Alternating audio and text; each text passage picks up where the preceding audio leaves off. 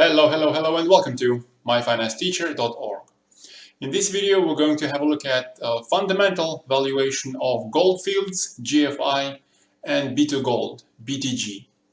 These companies have been requested quite a while ago, so it took me some time to have a look at them. And here's my view. The market cap of these companies is somewhat comparable. GFI sits at around $8 billion and BTG sits at about $5 billion. So if you want to invest into a miner that is not one of the major miners, but a relatively established miner with some development projects as well, these are the companies you might look at. As usual, the factors that I look at are several scenarios for gold prices, the reserves and the resources that the companies have in the ground, the costs of extracting those reserves, any debts that the companies are carrying. Of course, we're looking at the value per share, a discounted value. We do take into account time value of money. And I also look at insider shares, as insiders might turn out to be strong hands supporting the share prices. All of this data you can confirm by looking at the sources, which are the third quarter quarterly reports from 2020 from these companies, as well as their corporate presentations. Those are from December last year, and also Yahoo Finance. Today is 19th of January, so if you are watching this a couple of weeks later on YouTube, and if you want to have access to these valuations as soon as they come out, why not join us at myfinancesteacher.org. You can do that by clicking this register button over here. The first month is only $5 and it's $10 per month after that.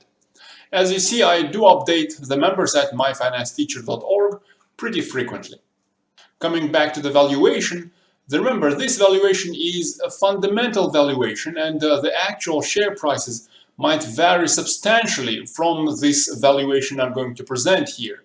This is generally where I think the share price would tend to converge over a long term if, let's say, for example, the gold price will average somewhere around 1,800 over the next, say, few years. That would be our balanced scenario. Alternatively, if the gold price averages somewhere around $1,620, that's our conservative scenario, which would reflect the fundamental value of the reserves in the ground, basically. And in the optimistic scenario, we look at the gold price of $1,980 or so and derive some sort of fundamental value of the reserves in the ground from that gold price. Now, we're going to come back to these scenarios a little bit later. First, let's have a look at some details of the company's resources and reserves. Looking at proven and probable reserves, GFI has over 47 million ounces in the ground of proven and probable reserves. Now, if you look at the Q3 reports for 2020, you will see a slightly larger number over here. Actually, those numbers are still based on the reserves reported in December 2019. So what I did is I subtracted the production so far in 2020 from the reserves reported as of December 2019 and arrived at just over 47 million ounces of proven and probable reserves in the ground. With a similar approach for BTG, we have something around 6.4 million ounces of proven and probable reserves in the ground. Looking at measured and indicated resources, sometimes companies report them including proven and probable reserves, and sometimes M&I resources exclude P&P reserves in the company's reports. In my valuations, whatever is the company's approach, I look at measured and indicated resources excluding the P&P reserves. So these are in addition to what the company has in reserves. In relation to production in 2020, I assume all of the production comes from the P&P reserves, so I don't reduce M&I resources as they are reported by the company, which is about 54.7 million ounces for GFI and around 9.9 million ounces for BTG. Of course, it's costly to extract those reserves out of the ground, so all-in sustaining costs is another thing we'll look at, which are $970 per ounce for GFI and only $800 per ounce for BTG. We subtract the value of debt from the company valuation, which is around $1.3 billion for GFI and only about $26 million for BTG. Next, looking at the shares outstanding, which will help us to look at the value per share. For GFI, we have 883 million shares outstanding, slightly more than that. And for BTG, we have over 1 billion shares outstanding. And insider shares, that's 0% for GFI, unfortunately, and just over 1% for BTG. In our valuation, we do look at the time value of money, and the discount rate I apply is 5%. I apply that to their reserves in years, and according to the current annual production, PNP reserves for GFI will last for around 21 years, and for BTG, those will last for around 6 years. The valuation doesn't actually look at the dividends because in this valuation we generally look at the fundamental value of the reserves in the ground and how costly is it to extract those reserves. But as all slides above have a couple of charts here, let's put in forward dividend yields, which are 2% for GFI and 3% for BTG. So with all of that in mind and plugging in the gold price of $1,621, and looking at only proven and probable reserves, meaning that our valuations do lean into conservative scenario a little bit heavily, as we assume there are, say, no M&I resources, this will give us a conservative valuation of over $20 for GFI, which implies actually around, 120% undervaluation with an ongoing market price of around $9. And a conservative valuation for BTG is just around $4.21, which is an overvaluation against the ongoing market price above $5, an overvaluation of around 16%. Next, let's have a look at the balanced scenario where I plug in the gold price of $1,801, and still we're only looking at proven and probable reserves here without taking into account any of the measured and indicated resources. Never mind inferred resources. All of that gives us a valuation of over $26 for GFI, which is around 180% undervaluation based on the ongoing market price of around $9. And the balanced valuation for BTG is very similar to the ongoing market price, so that's possibly a fairly priced share at the moment. And most excitingly, let's have a look at the optimistic valuation.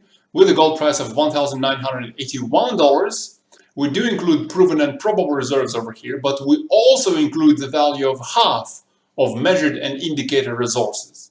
Notice that we only look at half of M&I resources, so still we are leaning a little bit conservative even in our optimistic valuation.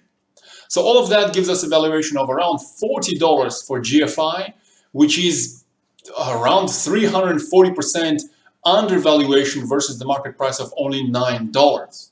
That does look extremely optimistic. So my question here for you is it realistic to see GFI say over $30 in the next couple of years? Let me know what you think in the comments below. And for BTG, the valuation is around $9.65. That's an undervaluation of around 90% versus the ongoing market price. So with such undervaluation, especially for GFI, let's have a look at the charts and see if much higher prices are somewhat realistic. And looking at these charts, if you just go back to the end of summer, early autumn, you'll see that the share prices were actually quite higher. GFI was around $15, nearly double the price right now, and BTG was around $7.50. That's around 60% higher or anything like that. So if gold price does perform well over the next couple of years, I do think substantially higher share prices of GFI and BTG are possible, unless the companies, of course, get over leveraged too much and unless they dilute the share value too much. So a word of caution over here, even with fundamental value of the reserves in the ground, a lot still depends on what the managers might do in the future. And lastly, let's have a look at some interesting highlights that jumped at me when I was looking at the company's reports. As I mentioned, the forward dividends are kind of interesting at 2 and 3%, given that market interest rates right now are generally low. Secondly, for GFI, you will also see that they produce copper as well. So if copper continues to do well as it has done over the last several months, that might also help to sustain the share price. And looking at jurisdiction for GFI, a quarter of their production comes from Australia, which is a generally safe jurisdiction, and well, 3/4 does come from Latin America, South Africa, and West Africa, which are generally less stable jurisdictions. Although once production does actually start, once a lot of the paperwork is done in terms of the permits, then a lot of the uncertainty related to these jurisdictions does actually diminish. Talking about BTG, sometime in the first quarter of this year, 2021, we expect a feasibility study from their Gramalote project in Colombia.